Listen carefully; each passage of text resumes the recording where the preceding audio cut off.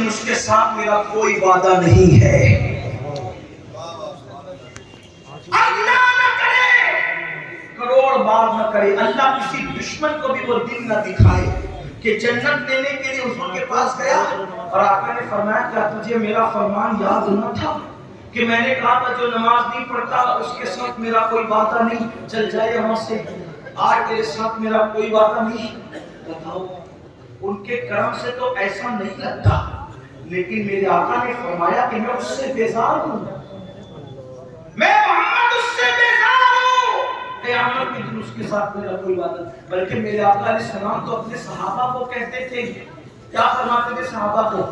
حضرت ابو ہریرہ سے کہا ابو ہریرہ بے نمازی کے قریب ہی مت بیٹھا کر، کیونکہ آسمان سے بے نمازی پہ لعنت برستی. بے نمازی کے ساتھ بیٹھنے سے بھی منع کیا گیا. بلکہ ایک حدیث پاک میں آتا ہے دو لوگوں پر بڑا بھیانک عذاب ہوگا قیامت میں. توجہ، کون سے دو لوگ؟ جہنم کی ایک وادی ایسی ہے کہ اس وادی سے جہنم ایک دن میں 5 مرتبہ پناہ مانگتا ہے. اس وادی میں دو لوگ ہوں گے، ایک تو نماز کو ترک کرنے والا اور دوسرا حرام کھانے والا، حرام روزی کھانے والا، حرام لقمہ کھانے والا. آج نماز تو پڑھی بھی جائے گی. ایک بات ہے، نماز کی خصوصیت ہے، نماز کی یا جب نماز پڑھتے تو نماز کی برکت سے گناہ ختم ہو جاتے.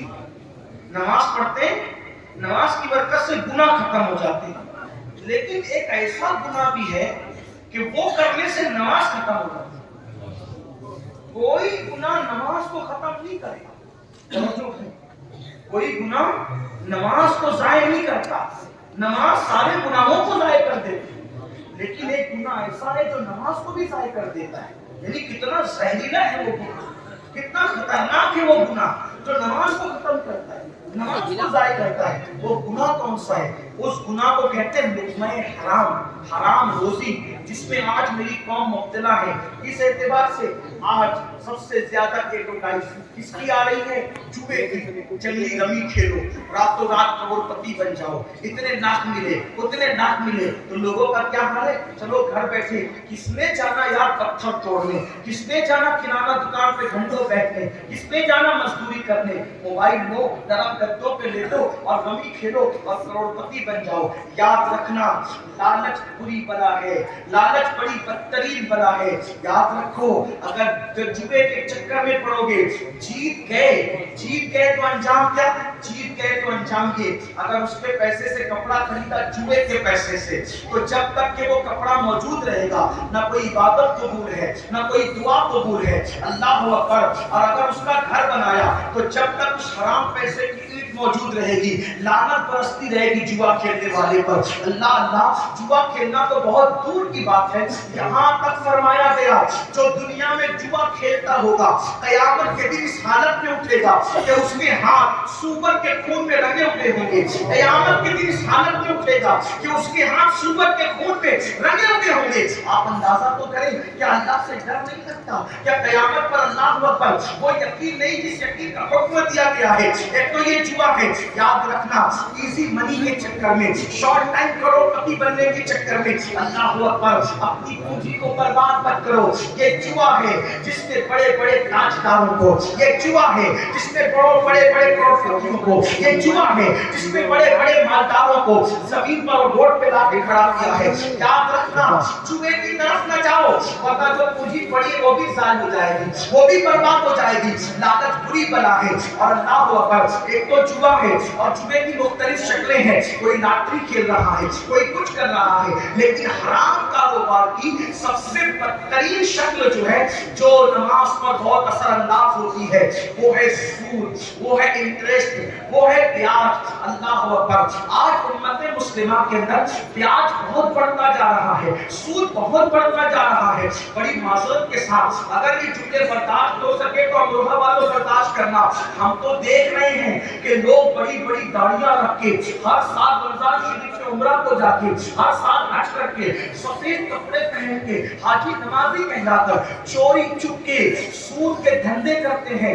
10 لے کے جاؤ اتنا لا کے دو, 10,000 لے کے جاؤ اتنا لا کے دو, 20,000 لے کے جاؤ اتنا لا کے دو. یاد رکھنا یہ سود کیا ہے. اللہ کے رسول ہم سب کے آقا و مولا مصطفیٰ کریم رؤوف الرحیم صلی اللہ علیہ وسلم فرماتے ہیں جس نے سود کا ایک لقمہ کھایا, ایک لقمہ, اللہ کے رسول فرمائے جس نے سود کا ایک لقمہ کھایا گویا اس نے اپنی ماں کے ساتھ 36 مرتبہ زنا کیا.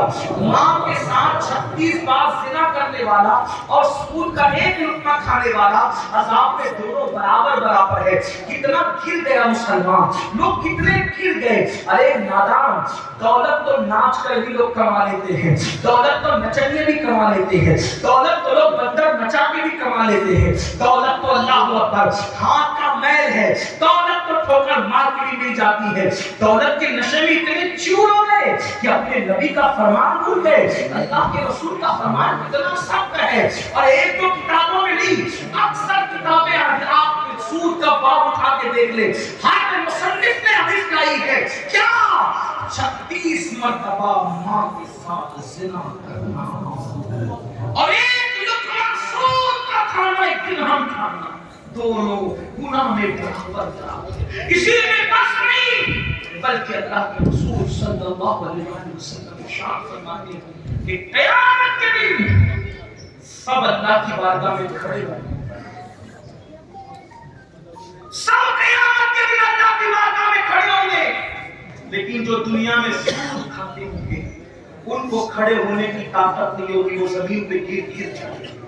اور قیامت کے دن ان کی حالت ایسے ہوگی, کیسے حالت ہوگی بتا.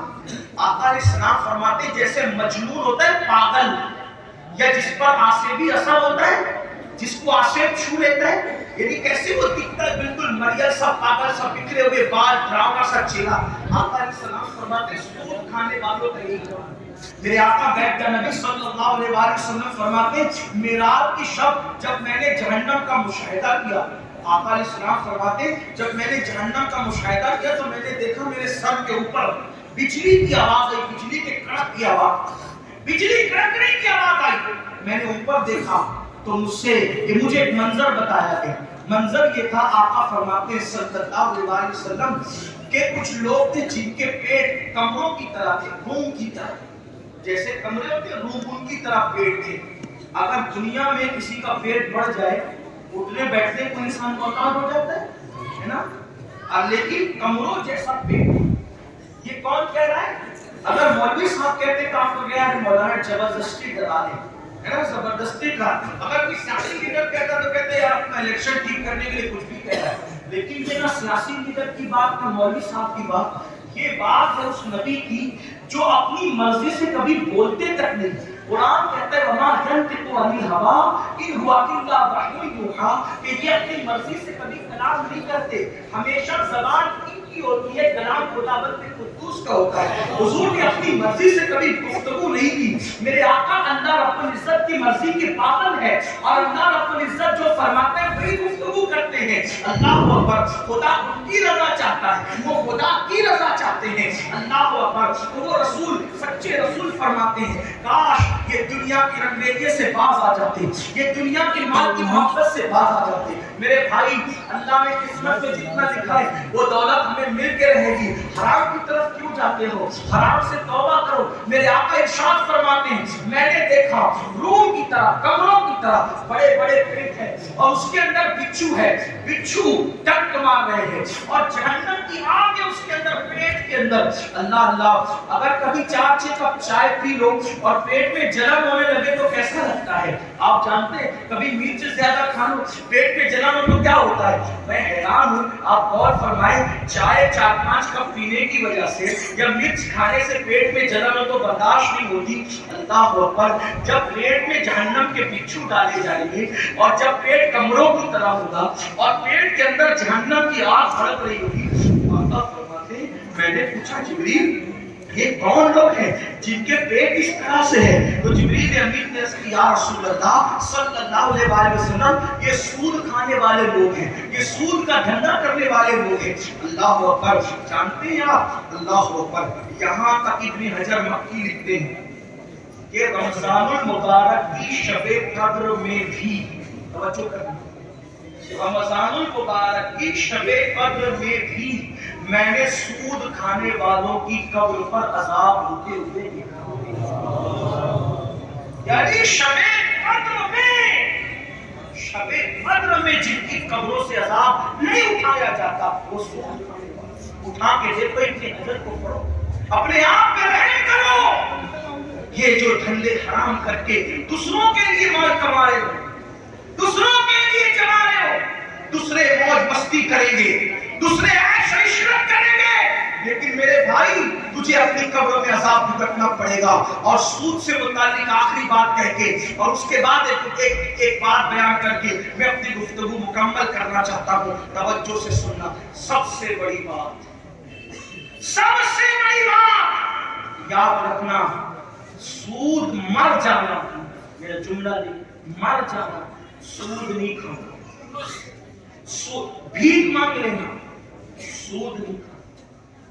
اور یہ بھی سنیں، جتنا گناہ سود لینے والے کو ہے، جو لینے والا جتنا بڑا گنہگار ہے اتنا دینے والا بھی گنہگار ہے، اتنا ہی لکھنے والا بھی گنہگار ہے، اتنا ہی گواہ بننے والا بھی گنہگار ہے۔ آج کل غریب لوگ بہت آسانی کے ساتھ کہتے ہیں حضرت بٹیا کی شادی تھی اس نے مجبوراً لے لیا۔ میں نے کہا کس نے کہا تھا کہ بیٹی کی شادی اللہ کو ناراض کر کے کرنا ہے؟ اللہ کے رسول علیہ الصلوۃ والتسلیم سن لیں، ہمارے عقیدے میں دنیا میں رسول اللہ سے بڑا مالدار انسان نہ کوئی تھا، نہ ہے، نہ ہو سکتا ہے۔ اللہ اکبر، یا رسول اللہ۔ بہت لوگ ہیں جو نبی کو غریب، مفلس اور کنگال کہتے ہیں، واللہ ہمارے عقیدے میں نبی کی شان یہ ہے، آسمان خان، زمین خان، زمانہ مہمان، صاحب کھانا نظر کس کا ہے؟ تیرا تیرا۔ اور خالق کل نے آپ کو مالک کل بنا دیا، دونوں جہاں آپ کے قبضہ و اختیار میں، جہاں بانی عطا کر دے، بھلی جنت ادا کر دے، نبی مختار کل ہے جس کو جو چاہے عطا کر دے، جہاں میں ان کی چلتی ہے وہ دم میں کیا سے کیا کر دے، زمین کو آسمان کر دے، سورج جان کو سرا کر دے، ہوا میں اڑنے والے یوں نہیں اترائے ندا کر دے، وہ جب چاہے جسے چاہے اسے فرما روا کر دے۔ نعرہ تکبیر! جو مالک جنت ہو اس سے بڑا مالدار کون ہو سکتا ہے؟ صدیق و فاروق جیسے جن کے غلام ہو اس سے بڑا مالدار کون ہو سکتا ہے؟ جبریل جس کا خادم ہو اس سے بڑا مالدار کون ہو سکتا ہے؟ لاؤ نہ کوئی ایسا خادم اور لاؤ کوئی ایسا مخدوم جو خادم کی یہ شان ہے کہ وہ سدرۃ المنتہا پہ رہتے ہیں، بلکہ میرے امام تو کہتے ہیں کہ وہ خادم بھی ہے اور دربان بھی ہے، کہتے تیرے در کا درباں ہے جبریل اعظم۔ میرے امام کہتے ہیں ہمارے نبی کی شان، تیرے در کا درباں ہے جبریل اعظم، تیرا مدح خواہ رسول و ولی ہے بیتاب جس کے لیے عرش اعظم، وہ اس راہ روے رامگاہ کی گلی ہے، تمنا ہے فرمائے روز محشر یہ تیری رہائی کی چٹھی ملی ہے، اور شفاعت کرے حشر میں جو رضا کی سوا تیرے کس کو یہ قدرت ملی ہے۔ سبحان اللہ، حضور سے بڑا کوئی مالدار نہیں، کیوں؟ اس لیے کہ امام کہتے ہیں میں تو مالک ہی کہوں گا، سبحان اللہ، مالک ہی کہوں گا، کہ ہی میں جو لذت عاشقوں کو ملتی ہے میں مالک ہی کہوں گا۔ کیوں؟ دلیل کے ساتھ کہوں گا کہ وہ مالک کے حبیب، میں تو مالک ہی کہوں گا کہ وہ مالک کے حبیب، یعنی محبوب مہم میں نہیں میرا تیرا۔ سبحان اللہ۔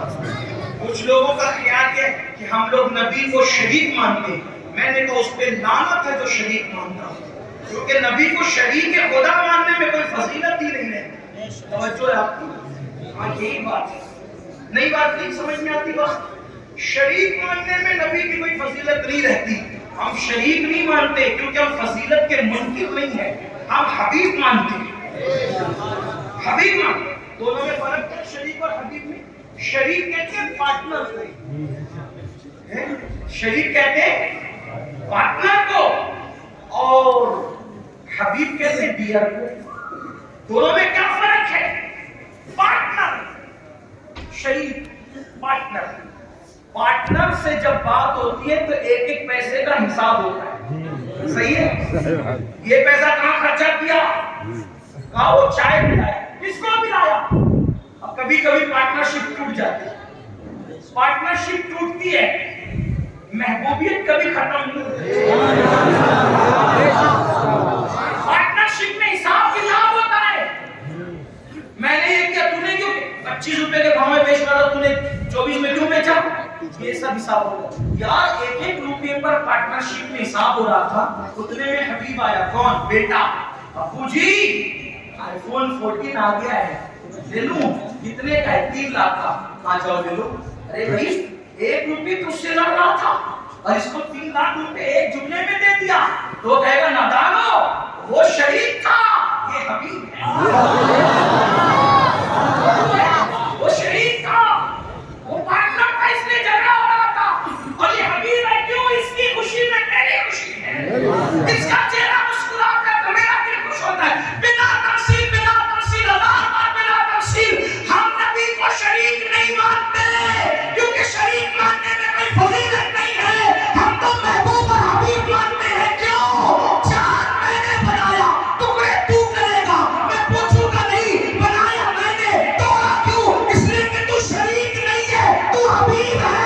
میں نے اسی لیے بنایا تاکہ تو توڑا کرے, تاکہ لوگوں کو اندازہ ہو جب محبوب کی یہ شان ہے تو محبوب کے بنانے والے کی شان کہاں ہے. سبحان اللہ, سبحان اللہ.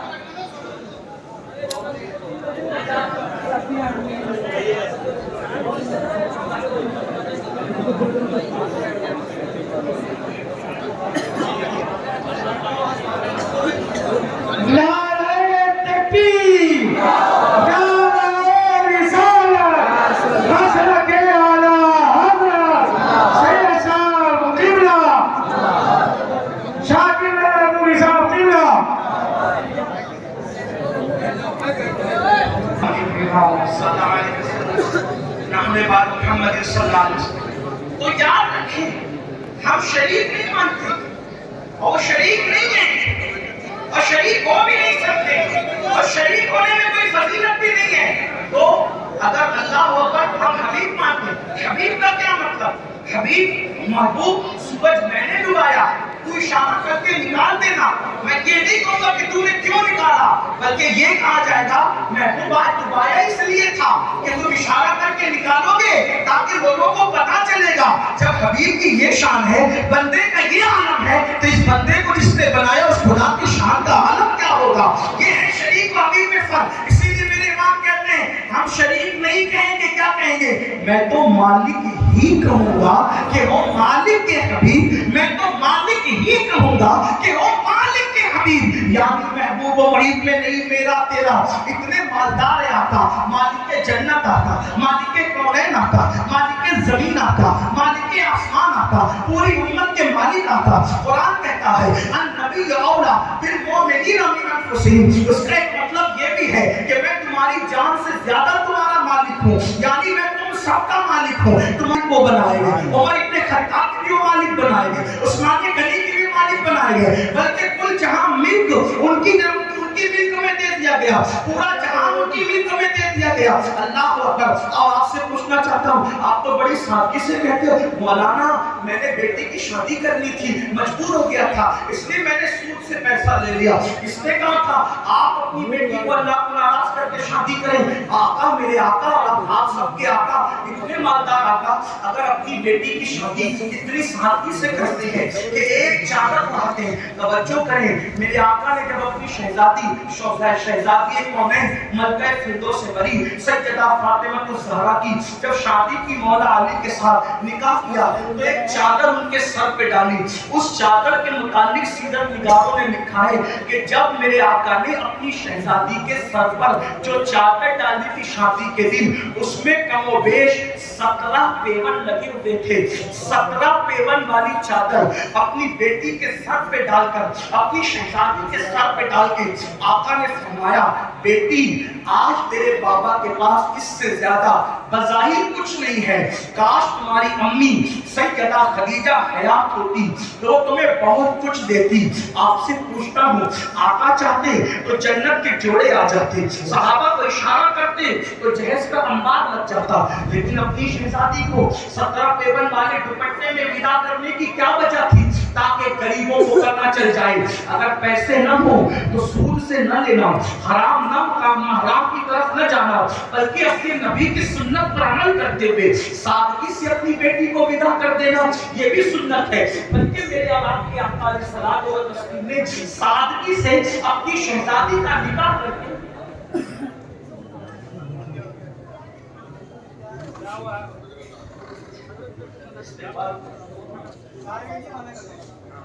حضرت کے استعمال کے نعرے تکبیر اللہ اکبر یا رسول اللہ. ارے ادھر لگانا, ادھر ارے اٹھا